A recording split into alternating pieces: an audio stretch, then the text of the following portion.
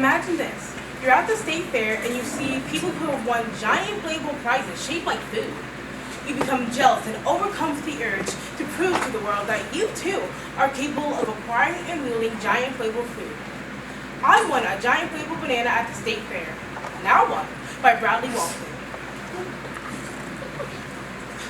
The orange balloon thought it mocked me, wriggling in the wind as it evaded dart after dart that I threw at it. But humiliating failure after humiliating failure, I was triumphant. I popped the orange balloon, and I popped the red one right next to it. And I popped the green one that was about 2 rows down. Finally, I popped all 10 balloons. Finally, I won my trophy. A giant inflatable banana that would proclaim to the world not only that I went to the state fair, but that I was a winner. You see, when I first arrived at the fair, I had no intention of playing any games. A ride or two, some cotton candy and ice cream, and I spent a few hours looking at cows. But then, when I walked into the fair, I saw this old woman being pushed by who I can only assume was her son. He was wearing a little leaf baseball cap and a camouflage t-shirt. She was wearing a pink blouse, a brown skirt, and the ugliest, I mean the ugliest brown sweater that I've seen in my entire life. But then, right there on her lap was a giant inflatable pickle. And the message that this pickle sent was obvious. I have a giant inflatable pickle, and you don't. Yeah, I'm old, but I have a giant inflatable pickle, and you don't. Yeah, I may have the world's ugliest sweater on my shoulders, but the fact remains that I have a giant inflatable pickle, and you don't. I'm better than you. You want to know why? I'll give you a hint. It's bright green, 4 feet long, and sitting right here on my lap. It's a pickle. A giant pickle. A giant inflatable pickle. I have a giant inflatable pickle, and you don't. So bite me. That was the message of the pickle. And I just couldn't have that. You see, I needed a giant oblong food of my own to prove that I too was capable of acquiring really giant inflatable foods. Now, you may be asking yourself, well, why have a banana, not a pickle? The answer is obvious. The banana is better. A banana is yellow. Yellow is a happier color than green. Green is the color of vegetables and sickness. Yellow is the color of baby chicks and rubber duckies. Bananas taste better than pickles. Bananas are better than pickles. And someone else won the last giant little pickle like a few minutes ahead of me. Anyways, that's not important. Now I strut theatrically around the midway. The banana nestled proudly in my arms. It is an awesome thing to be me. And with my awesomeness comes a newfound responsibility. One does not handle a giant inflatable banana carelessly. I try not to bump people with it, but this proves difficult. The fair is crowded and the banana is large. You would think that people would give a few extra inches of burst to somebody holding a giant inflatable banana, but people are less than smart. So of course, despite my best efforts, the banana accumulates smears of other people's food, sauerkraut, mustard, and ketchup, as well as some ice cream and cotton candy. This proves useful, as it saves me the trouble of buying cotton candy of my own. After about 20 minutes of showing off the banana to everyone around me, I decided the time has come to resume my original plan of riding rides, eating fair food, and looking at cows. By this time, I am full up on cotton candy. So ride's my next priority. The Himalaya looks enticing, as does a roller coaster, but I can't take banana onto either ride with me. In fact, I can't take banana onto any of the rides. With the possible exception of the carousel, that is out of the question because carousels are beneath me.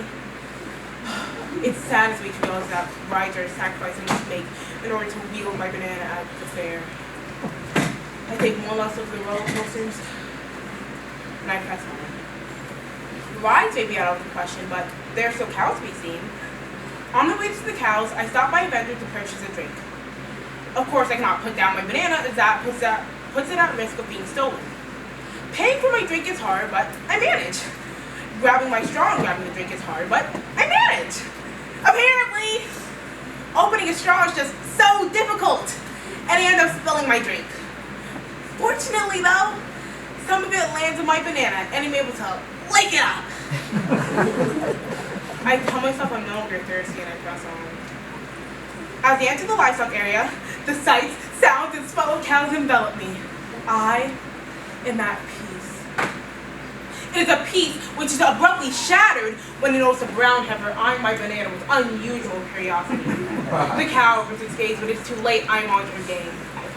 I glance around at the other cows. None of them are looking in my direction. Do they believe that their feigned innocence will enable them to take me unaware? They think they can trip me in a stampede and take my banana when my guard is down. I back away slowly from the cows, my eyes unblinking. Even when I slip and fall, I do not look down to see what I slipped in, even if it may have been manure! Ew! Once I am safely away from the horror of the cows, I return to the midway. I clutch my banana close to my chest when I see a woman throwing darts at a balloon in an attempt to win a prize for her own. This banana is not so different from the balloons that I popped to attain it. I pause for a moment of reflection. This banana, a symbol of the fragility of human life, and the symbols that must be made by some in order to prove that they are greater than others.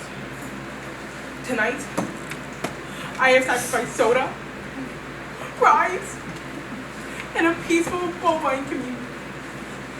This weighs heavily upon my soul. I take a look at the banana, the object of my desire, my treasure, my shadow.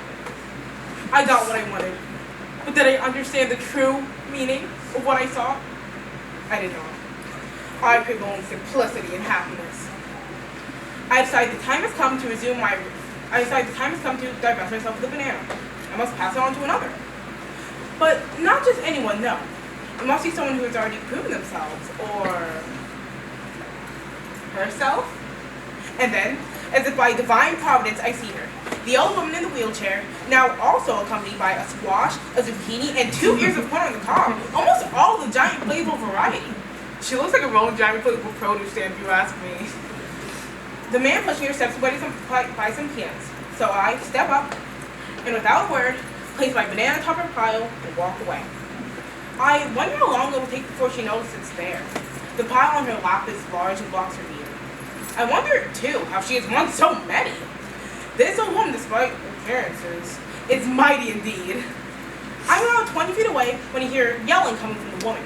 Clearly, they're right at the man pushing her. Did someone give me another one of these things? What in the world's going on here? You're my son, and I love you. But when you won that banana and put it on my lap, you started something. Now people just keep coming up and giving me all kinds of junk every time you turn your back. It's like Halloween when you dress me up as a trash can all over again. I pause and I process this information. I contemplate retrieving my banana. Then I think better of it and head to the nearest exit. That was a long day.